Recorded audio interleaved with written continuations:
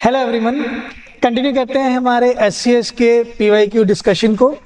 मैं यश कीर्ति गोयल आपके लिए लेके आया हूँ 10 और क्वेश्चंस, जिसमें हम डिस्कस करेंगे कि किस तरीके से पैटर्न चेंज हो रहा है एचसीएस में इकोनॉमी या हरियाणा इकोनॉमी से रिलेटेड सवालों का, और हम टॉपिक्स और सब टॉपिक्स का कैटेगराइजेशन तो कर ही रहे हैं।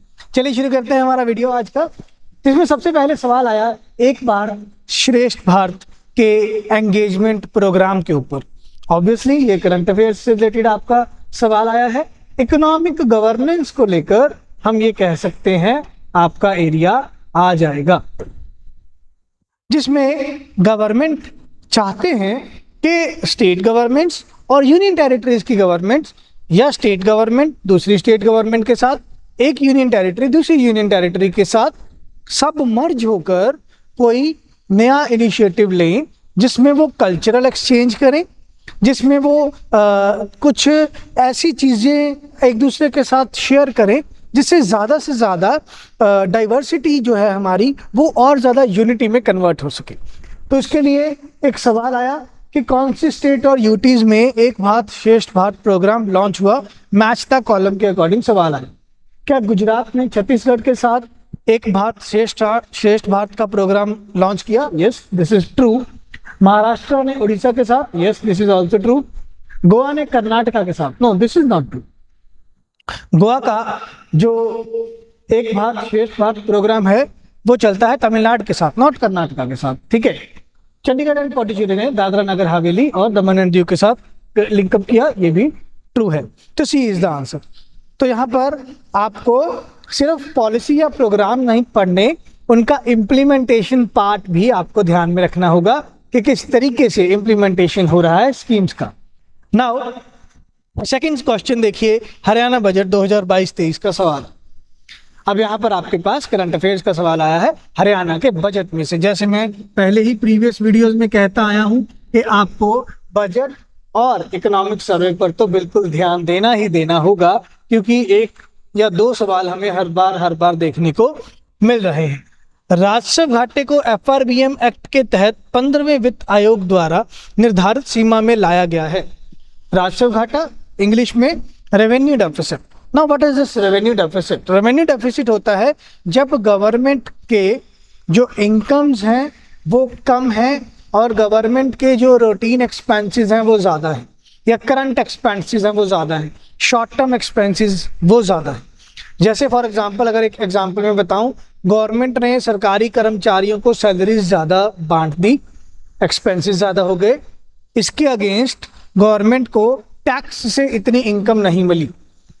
ठीक है, तो इनकम कम हो गई, expenses are more than income, उसको हम बोलते हैं रेवेन्यू डेफिसिट। तो क्या रेवेन्यू डेफिसिट जो है वो हमने एफआरबीएम एक्ट में जो लिमिट्स लाए हैं उसके अंडर लेके आना है। एफआरबीएम एक्ट कहता है, ये 2003 में आया था, ये एक्ट कहता है कि किसी भी स्टेट के पास रेवेन्यू डेफिसिट कितना हो सकता है, वो हो सकता है 2.5% of gross state domestic product.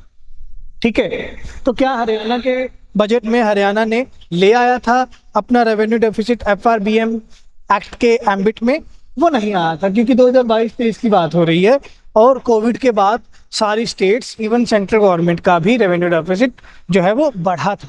तो ये स्टेटमेंट गलत हो जाता है। जहां वन आ रहा है एलिमिनेशन मेथड यूज कर सकते हैं हम, ये हम ऑप्शन सिंपली एलिमिनेट कर देंगे। बट मैं आपको सारे स्टेटमेंट्स कराऊंगा। फिस्कल डेफिसिट को प्रोजेक्ट किया गया 2.98% of GSDP in BE of 2022-23। Now what is this be?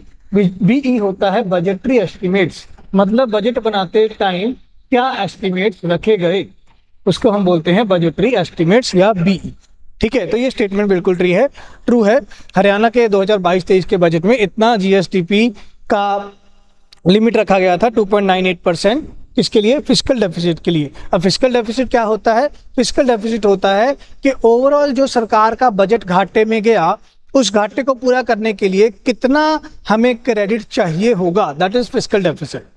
ठीक है, से मान लीजिए सरकार 50 लाख करोड़ रुपए के ओवरऑल बजट बनाते हैं, जिसमें से मान लीजिए एक्सपेंडिचर हो जाता है 52 लाख करोड़ का, तो 2 लाख करोड़ के घाटे में है सरकार। फॉर एग्जाम्पल, मैं एक एग्जाम्पल उठा रहा हूँ, ठीक है। तो अगर सरकार 2 लाख करोड़ के घाटे में है तो वो 2 लाख करोड़ सरकार को कर्जा ही लेना होगा, क्योंकि खर्चा तो हो गया है तो पेमेंट करनी है।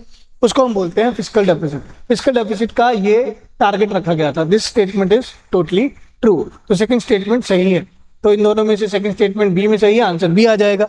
ये एलिमिनेशन मेथड चलता है आपका, बट हम इसको ओवरऑल डिस्कस करते हैं। थर्ड स्टेटमेंट आपका कहता है debt to GSDP ratio is below 25% for financial year 22। ये सही है। हरियाणा का जो फिस्कल कंसोलिडेशन है वो बहुत अच्छा है।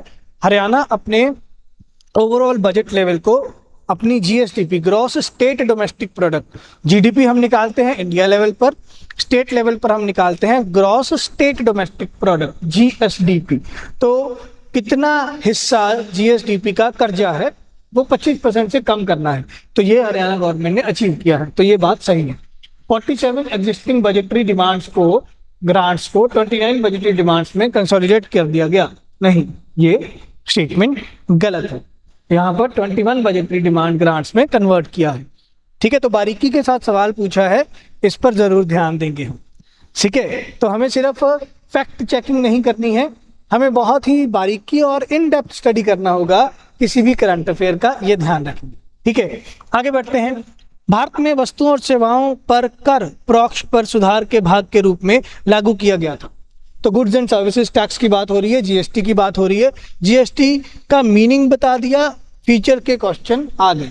जैसे हमने लास्ट वीडियो में भी पढ़ा कि हरियाणा सिविल सर्विसेज में ये एक बहुत अच्छा तरीका है सवाल पूछने का कि जो स्कीम है उसका मीनिंग बता दो, फीचर्स के सवाल पूछे जाएंगे।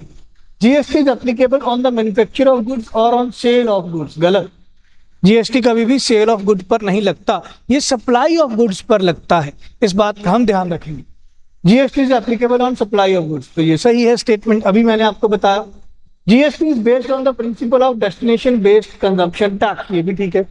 मतलब प्रोडक्ट जहां डिलीवर हुआ, जहां उसकी लास्ट मंजिल है, प्रोडक्ट जहां पहुंचा, डेस्टिनेशन जो उसकी है प्रोडक्ट की, वो वाली स्टेट गवर्नमेंट जो है जीएसटी कलेक्ट करेगी, तो ये भी स्टेटमेंट सही है। GST is levied at the rates decided by GST council. GST की रेट कौन डिसाइड करता है? जीएसटी काउंसिल, ये भी स्टेटमेंट सही है। तो 2, 3 एंड 4 स्टेटमेंट आपके सही है, आंसर इज सी है। ठीक है, तो आपके पास टैक्सेशन के पॉइंट ऑफ व्यू से सवाल आ गया। आप इसको चाहे बजट में ही कवर कर सकते हैं, क्योंकि टैक्सेशन ओवरऑल आपका फिस्कल पॉलिसी या बजट का ही पार्ट है। ठीक है, तो देखिए किस तरीके से सवाल आया, और अब ये टोटली स्टैटिक के पॉइंट ऑफ व्यू से सवाल। ठीक है, 2021-22 के करीब ये सवाल आया, 5 साल हो गए थे जीएसटी आए हुए, तो एनिवर्सरी क्वेश्चन जैसे मैंने आपको बताया है। फोर्थ क्वेश्चन, पीएम कुसुम स्कीम के ऊपर सवाल आया। सबसे पहले पीएम कुसुम स्कीम क्या है? प्रधानमंत्री किसान ऊर्जा सुरक्षा एवं उत्थान महाअभियान। ठीक है, तो इलेक्ट्रिसिटी के कंजम्पशन को बढ़िया करने के लिए सरकार ने एग्रीकल्चरिस्ट या फार्मर की हेल्प के लिए एक नया स्कीम निकाला, पीएम कुसुम, जिसमें सरकार कहते कि हम सोलर पैनल्स का इस्तेमाल ज़्यादा बढ़ाएंगे इरिगेशन के पॉइंट ऑफ व्यू से।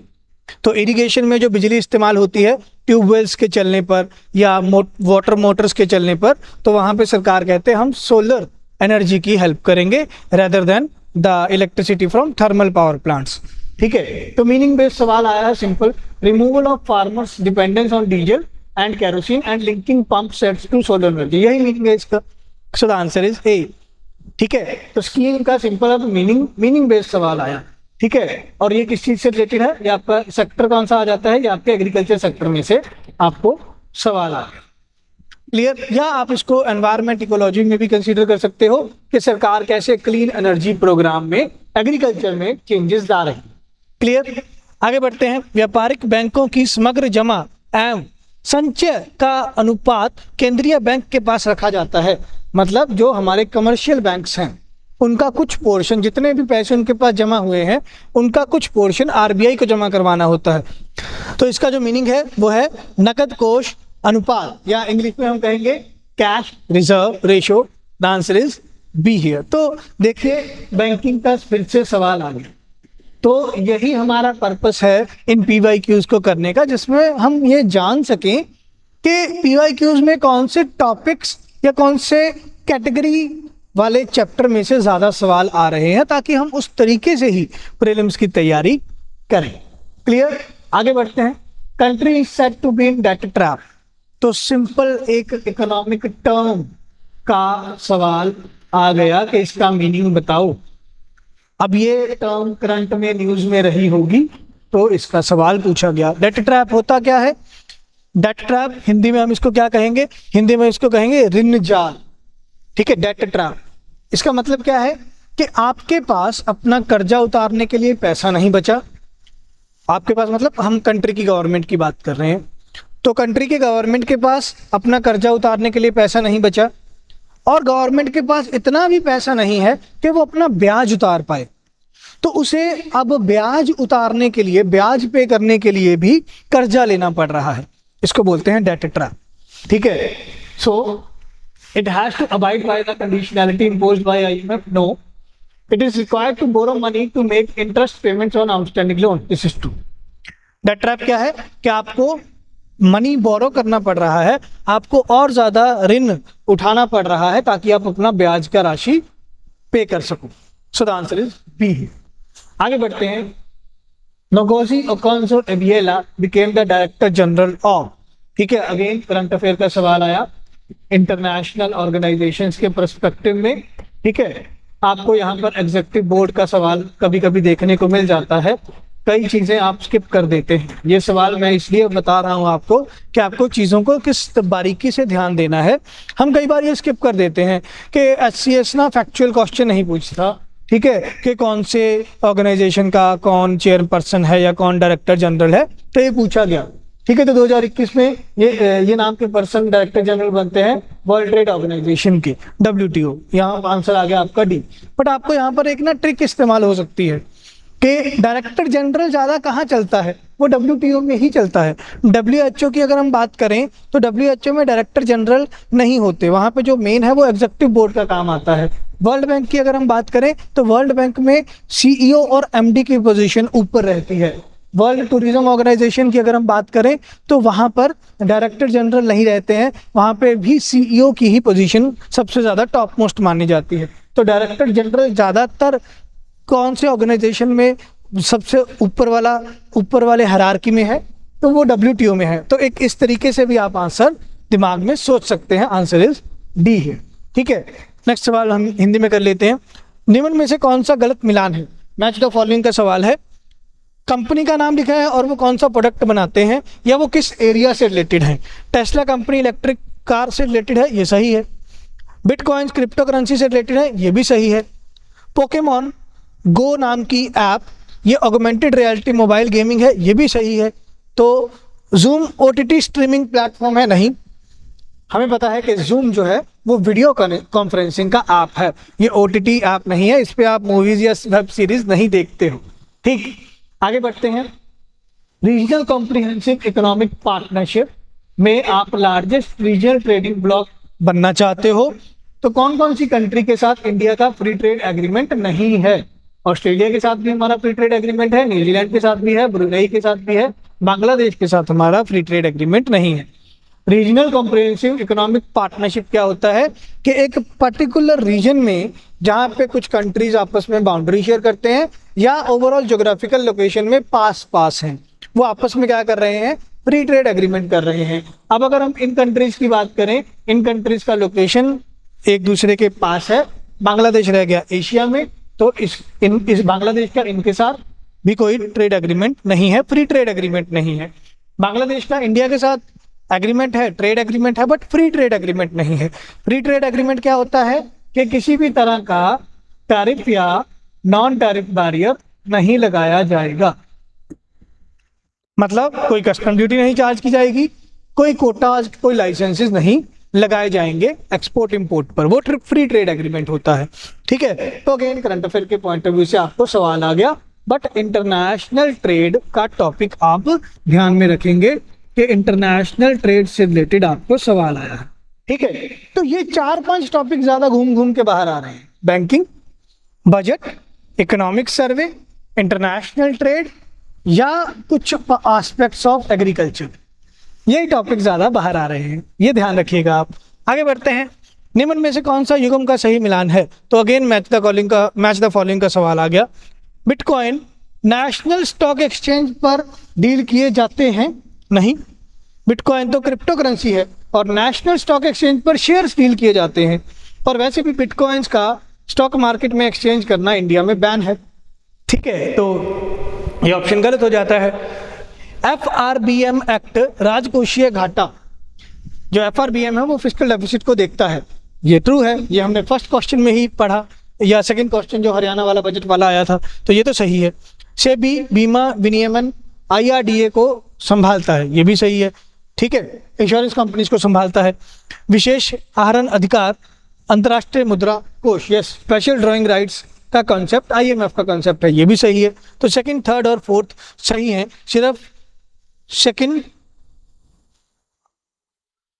नहीं, एक और रह गया। मूडीज क्रेडिट रेटिंग, मूडीज का क्रेडिट रेटिंग जो है वो ये ट्रू है। अब यहाँ पर ये ध्यान देना होगा, सेबी जो है वो बीमा विनियमन पर नहीं जाता है, ये आप कैंसिल कर दीजिए। सेबी जो है वो IRDA से रिलेटेड नहीं है।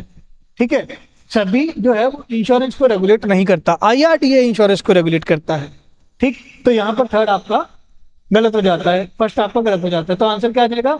2, 4 एंड 5। 2, 4 एंड 5 आंसर इज ए। आगे बढ़ते हैं, last question. Read the following two statements, assertion and reasoning. कोई भी 5 ईयर प्लान नहीं बना 1960s के लेट ईयर्स में, मतलब 1967, 68, 69 में आपके पास कोई भी 5 ईयर प्लान नहीं था, ये ट्रू है। ठीक है, 1966 से लेकर 1969 तक के टाइम पीरियड को हमने क्या नाम दिया है? प्लान्ड हॉलीडे का नाम दिया है।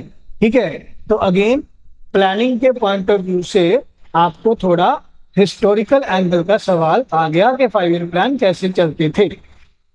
लास्ट वीडियो में भी हमने इसका एक क्वेश्चन देखा था, अगेन इसका एक क्वेश्चन आया, तो प्लानिंग के क्वेश्चन आ रहे थे। ठीक है, इस बात का भी हम ध्यान रखेंगे। तो ये सही है। क्यों 1960s में हमें इंडो पाकिस्तान कॉन्फ्लिक्ट मिला, 1965 में, यस। ड्रॉट ईयर्स मिले 1964 से 1967, ये भी सही है।